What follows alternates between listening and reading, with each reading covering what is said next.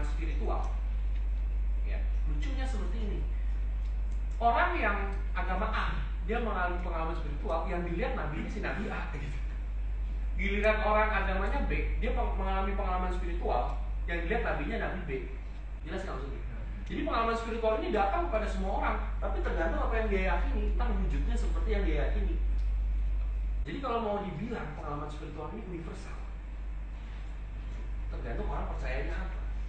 Nanti itu yang muncul.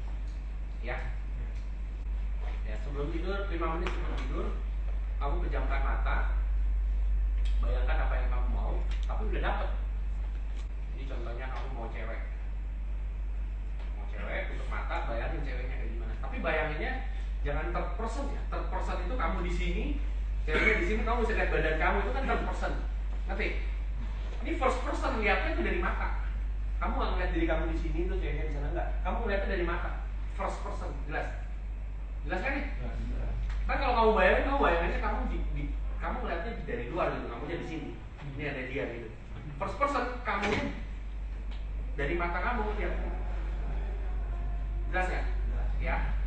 Terus lihat cewek yang kamu mau, lihat dia cium-ciumin kamu, peluk-pelukin kamu, apapun yang kamu inginkan sama dia, lihat, bayangkan. Dan bayangannya seakan-akan itu sudah terjadi. Terus ingat ya, perasaannya juga harus dimainin. Gak usah lama-lama, 5 menit aja. Terus setelah membayangkan itu, setelah bayangan udah terjadi, udah, kamu harus lepasin itu. Jadi nggak butuh lagi. Kuncinya di situ. Jangan pernah butuh lagi. Setelah bayangin seakan-akan itu terjadi, begitu melek, nggak mau lagi. Karena itu terjadi, jelas nggak? Kayak kamu pengen gitar limited edition. Sebelum dapat pengen banget, bener gak?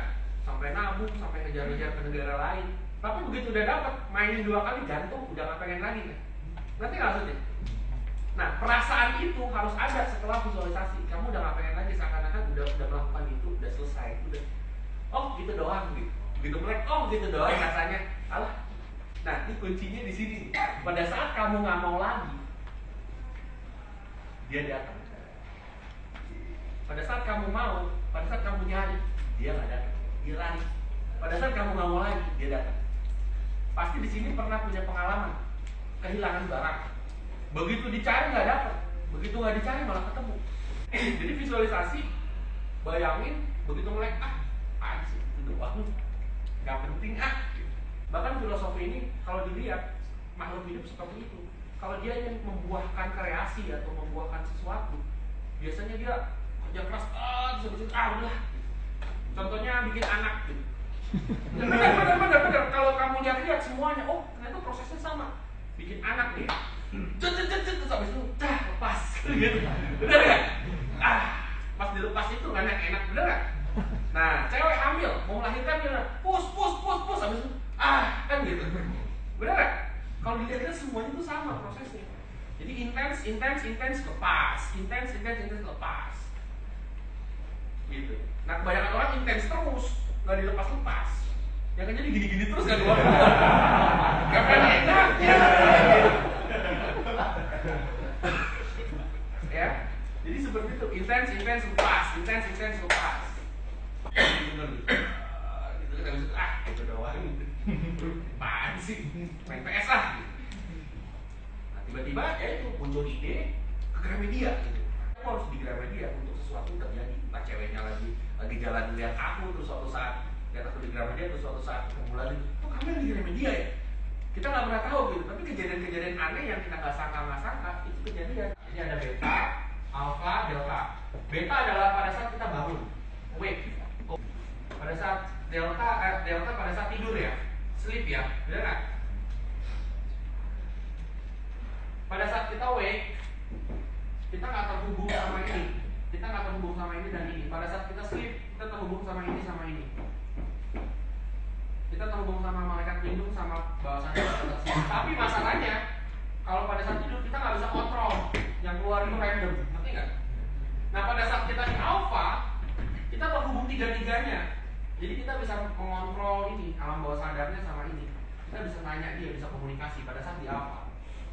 Nah, alpha itu adalah 5 menit sebelum tidur dan 5 menit sebelum bangun tidur. Itu alpha. Ya. Jadi 5 menit kamu udah ngantuk nih, udah setengah-setengah tidur nih, antara bangun dan tidur itu state alpha, ngerti gak? Setengah-setengah tidur, mau tidur dan kamu udah rada mimpi tapi masih ngerti kamu tuh lagi tidur gitu. Ini beta sama delta pas mau tidurnya nih, pas crossingnya ini, irisannya disebut alpha sebelum tidur, 5 menit sebelum tidur. Nah itu kesempatan kamu. Jadi pas 5 menit sebelum tidur mau tanya aja sesuatu. Kalau ini apa ya, pikirin aja kalau ini apa ya, sambil tidur. Begitu tidur bisa ke bawah mimpi, nanti jawabannya ada di mimpi. Atau jawabannya setelah kamu bangun tidur. Nah pas kamu mau bangun tidur juga ada momen 5 menit saat kamu sadar bahwa kamu masih mimpi, tapi ada suara-suara, kamu udah mulai bangun tapi kamu tahu nih masih mimpi nih. Ntar dulu mau tidur masih nikmatin mimpi tapi udah sadar mau bangun. Ngerti ya? Ngerti kan? Nah saat itu kamu mau tanya apapun, tiba-tiba intelek kamu meningkat. Tahu-tahu bisa ada jawaban. Karena pada saat alpha itu kamu terkoneksi sama seluruh atom-atom itu. Ya, jelas? Jadi luka masa lalu harus dilepasin. Dendam juga harus dilepasin. Itu memblok energi. Gini loh, kalau kamu dendam ya, kamu itu memegang masa lalu. Jadi begitu stream atau alur energi yang mau merubah itu datang, dia keblok sama dendam, sama luka masa lalu. Nah, cara lepasinnya gimana? Kadang susah kan, bener gak? Ya kan?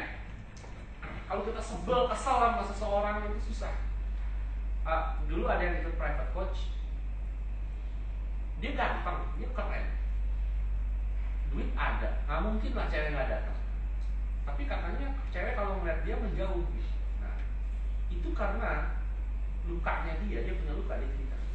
Luka lamanya dia itu masih ada, terbawa, jadi energi dia pada saat interaksi itu seperti energi orang benci cewek gitu.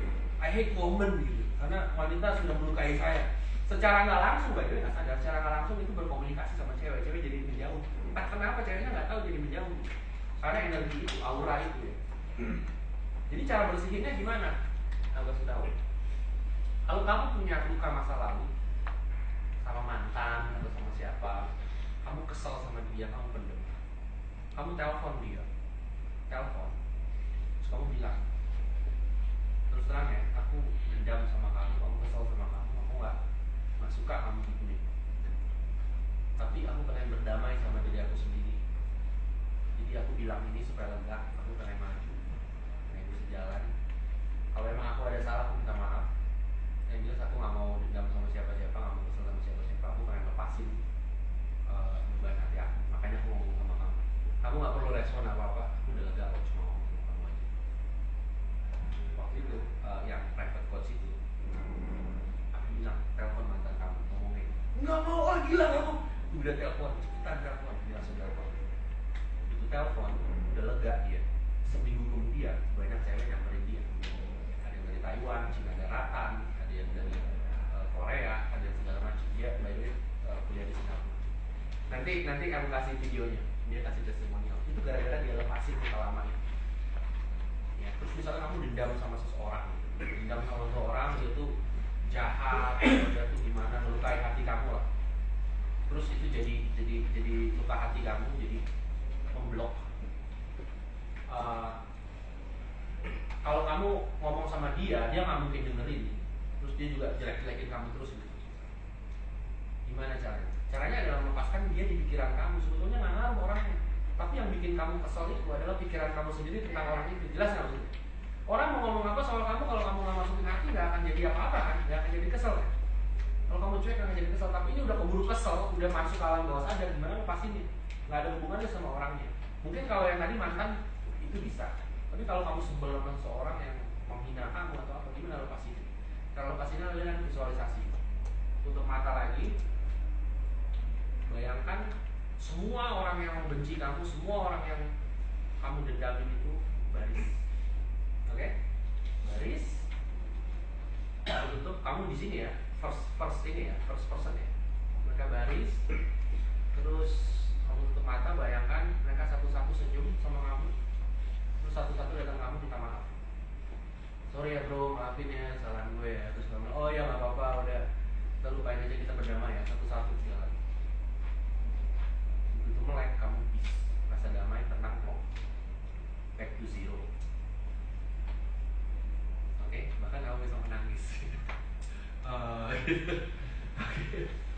Ya, misalnya ada orang yang menghina orang tua kamu dendam, udah lakukan aja exercise.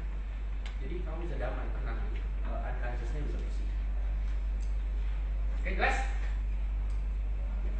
Jadi nggak ada blok lagi. Kalau bisa sih sampai yang kamu inginin itu kamu udah nggak mau lagi. Kamu visualisasikan buat buang keinginan. Kalau masih pengen ya udah visualisasi lagi. Sampai keinginannya hilang. Sampai pada saat dia kamu udah nggak mau lagi, kamu pasti punya keinginan lain setelah itu. Visualisasi lagi sampai hilang. Gitu. Tapi ingat ya, ini paradoks ya.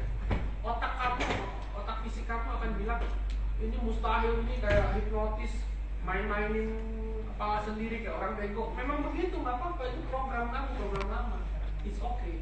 Jadi akan ada pertarungan di situ. Itu yang pelan, tapi nggak apa-apa, jalanin aja. Kamu dengan bertanya visualisasi yang bagus kayak gini gimana, itu sebenarnya kamu masih ngindi secara terselubung, tapi ya nggak apa-apa. Intinya itu back to zero, kembali ke nol. Pada saat kamu nol, ini itu, ya kan? Apapun dibagi nol, ini itu ada rumus matematika nih.